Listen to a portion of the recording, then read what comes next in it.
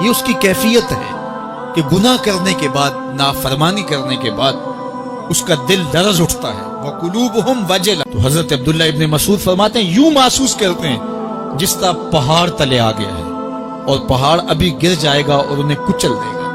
تو وہ جلدی جلدی تلافی کرتے ہیں، توبہ کرتے ہیں، رجوع اللہ کرتے ہیں تاکہ ہمارا گناہ معاف ہو جائے. اور منافق کی مثال بھی بیان کی گئی. جب وہ گناہ کرتا ہے تو یوں محسوس کرتا ہے جیسے بدن پہ مکھی بیٹھی تھی، ہلکے اشارے سے اڑا دی. سویر سے لے کر شام تک کتنی بار ہم اپنے بدن پہ بیٹھی مکھیاں اڑا دیتے ہیں اور ہمیں شام کو یاد بھی نہیں ہوتا کہ یہ عمل ہم نے کتنی بار کیا ہے. میں اور آپ اپنے اندر اتر کر کے دیکھ سکتے ہیں ہماری کیفیت باطن کیا ہے. نمازیں چھوڑی، جھوٹ بولا، غیبت کی، چغلی کی، کسی کا دل دکھایا، کسی کو تکلیف دی، گالی گلوچ کیا، سب و شتم کیا، سویر سے شام تک کیا کیا گناہ کیے. کبھی خیال بھٹکے، کبھی سوچیں آوارہ ہوئیں، کبھی نگاہوں نے بدکاریاں کی، کبھی زبان نے جرم کیے، اور شام کو ہمیں یاد بھی نہیں ہوتا کہ آج ہم نے کیا کیا جرائم کیے، آج ہم نے کیا کیا گناہ کیے. اگر ہماری یہ کیفیت ہے تو یہ عملی نفاق ہے کہ بدن پہ مکھی بیٹھی اور اڑا دی. اور اگر ہماری کیفیت یہ ہے کہ گناہ کے بعد یہ محسوس ہوتا ہے کہ ہم پہاڑ تلے آ گئے اور اللہ کی ناراضگی ہم نے مول لے لی اور جلدی جلدی توبہ کر کے رجوع کرنے کی جانب بڑھتے ہیں، تو پھر مبارک ہو. نہیں تو مجھے اور آپ کو اپنا محاسبہ کرنا چاہیے. ہمارے دلوں پر زنگ چڑھ گئے ہیں اور ہماری کیفیت یہ ہو گئی ہے کہ گناہ کرنے کے بعد بھی ہم ڈٹے رہتے ہیں. جبکہ زندگی اصحاب رسول کی دیکھیے ان سے بھی کبھی کوئی خطا سرزد ہو جاتی تو وہ فوراً اس گناہ کی تلافی کے لیے حضور کی بارگاہ میں حاضر ہو جاتے. حضرت ابو لبابہ رضی اللہ تعالیٰ عنہ نے اپنے آپ کو مسجد نبوی ہوا تو پھر حضور کے ہاتھوں سے اپنے آپ کو انہوں نے کھلوایا. ایک خاتون حضور کی خدمت میں حاضر ہوئی اور عرض کی یا رسول اللہ صلی اللہ علیہ وسلم مجھ سے بدکاری سرزد ہو گئی ہے اور میرے پیٹ میں بچہ ہے اور میں چاہتی ہوں کہ آخرت کی سزا کی بجائے دنیا کے اوپر اس کی سزا مجھے دے دی جائے تاکہ میں پاک ہو جاؤں اور صاف ہو جاؤں، کیونکہ آخرت کی سزائیں بہت سخت ہیں. اللہ کے محبوب علیہ السلام نے جبریل امین سے ایک دن پوچھا تھا مجھے جہنم کے عذابوں کا ذکر سناؤ. تو عرض کی یا رسول اللہ صلی اللہ علیہ وسلم سب سے ہلکا عذاب، اخف العذاب، ہلکا ترین عذاب یہ ہے کہ جہنمی کے پاؤں میں آگ کے جوتے رکھے جائیں گے. باقی اس کے پورے بدن پہ آگ نہیں ہوگی، صرف آگ کے جوتے اس کو پہنائے جائیں گے. لیکن اس کی حدت، گرمی اور شدت اتنی ہوگی یغلی منہما دماغہ، اس کی شدت سے اس کا دماغ پگھل کر ناک اور کانوں کے ذریعے سے باہر آنا شروع ہو جائے گا. یہ سب سے ہلکے عذاب کی کیفیت ہے. اور جو عذاب سخت ہیں الیاذ باللہ، اللہ تعالیٰ قرآن مجید میں فرماتا ہے ثم لا يموت فیہا ولا یحیا، اس بڑے عذاب کا ذکر کیا جو جہنمیوں کو دیا جائے گا. فرمایا اس عذاب کی کیفیت یہ ہوگی بندہ نہ جیے گا نہ مرے گا. جیے گا اس لیے نہیں کہ آگے اور پیچھے، دائیں اور بائیں آگ ہی آگ ہوگی تو اس آگ میں جینا کو جینا تو نہیں ہوگا.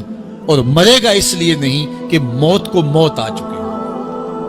جنت میں جنتیوں کو ایک ہی ڈر اور خدشہ ہوگا کہیں موت نہ آ جائے، اور جہنمیوں کو ایک ہی امید ہوگی کہیں موت آ جائے اور جان چھوٹ جائے.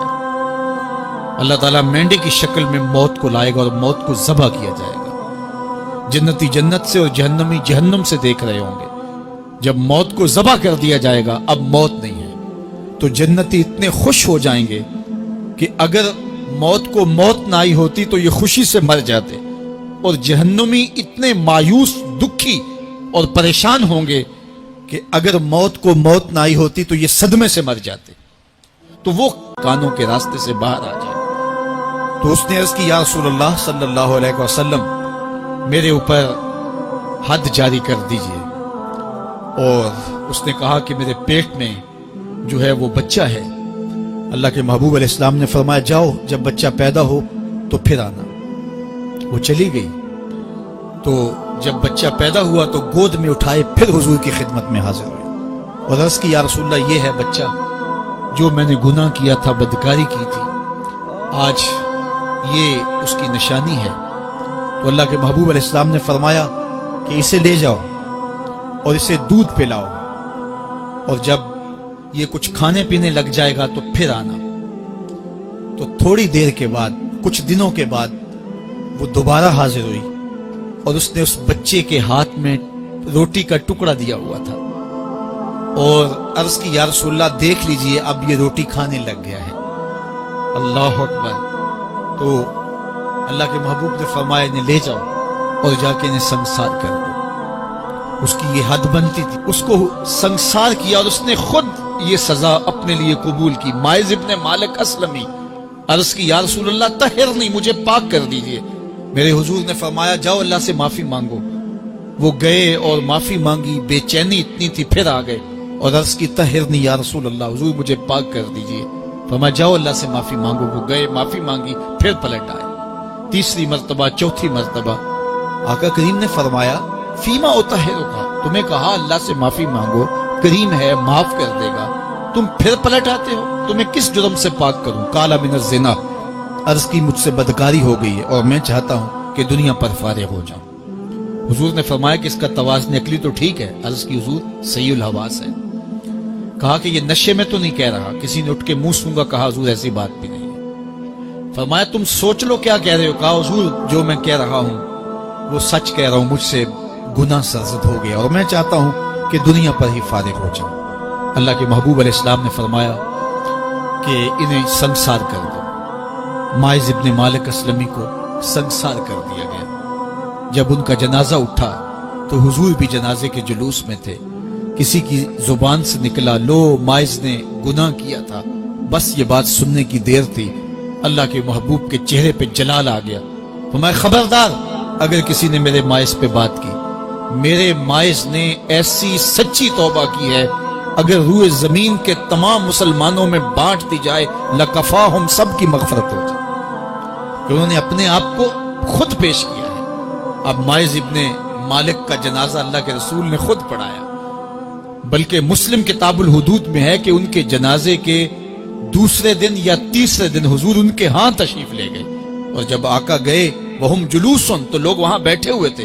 تو یقین کیجئے کہ یہ وہ لوگ تھے کہ جن سے کبھی کوئی گناہ سرزد ہو جاتا تو وہ جلد توبہ کرتے، اور اس کی بڑی سے بڑی حد اور سزا بھی ہوتی تو وہ بھی کاٹنے کے لیے تیار ہو جاتے۔ میں اور آپ دیکھیں کہ ہماری زندگی میں اگر گناہ ہیں اور ہمیں سچی توبہ کی توفیق بھی نصیب نہیں ہے تو پھر ہم سوچ لیں کہ ہم کہاں کھڑے ہیں۔ دیکھیے اللہ دلوں کے بھید جانتا ہے۔ سچی توبہ یہ ہے کہ جو کیے پر ندامت ہو اور آئندہ نہ کرنے کا عزم مصمم ہو، پکا ارادہ ہو کہ یہ گناہ زندگی میں دوبارہ نہیں کروں گا۔ الگ بات ہے کہ پھر دوبارہ اس سے سرزد ہو جائے، لیکن جب وہ توبہ کر رہا ہو تو اس وقت اس کا پختہ عزم ہو اور اس کے دل کے کسی گوشے میں نہ ہو کہ چلو میں توبہ کر لیتا ہوں اور پھر ہو گیا تو پھر کر لوں گا۔ پکا عزم ہو کہ دوبارہ یہ گناہ نہیں کروں گا۔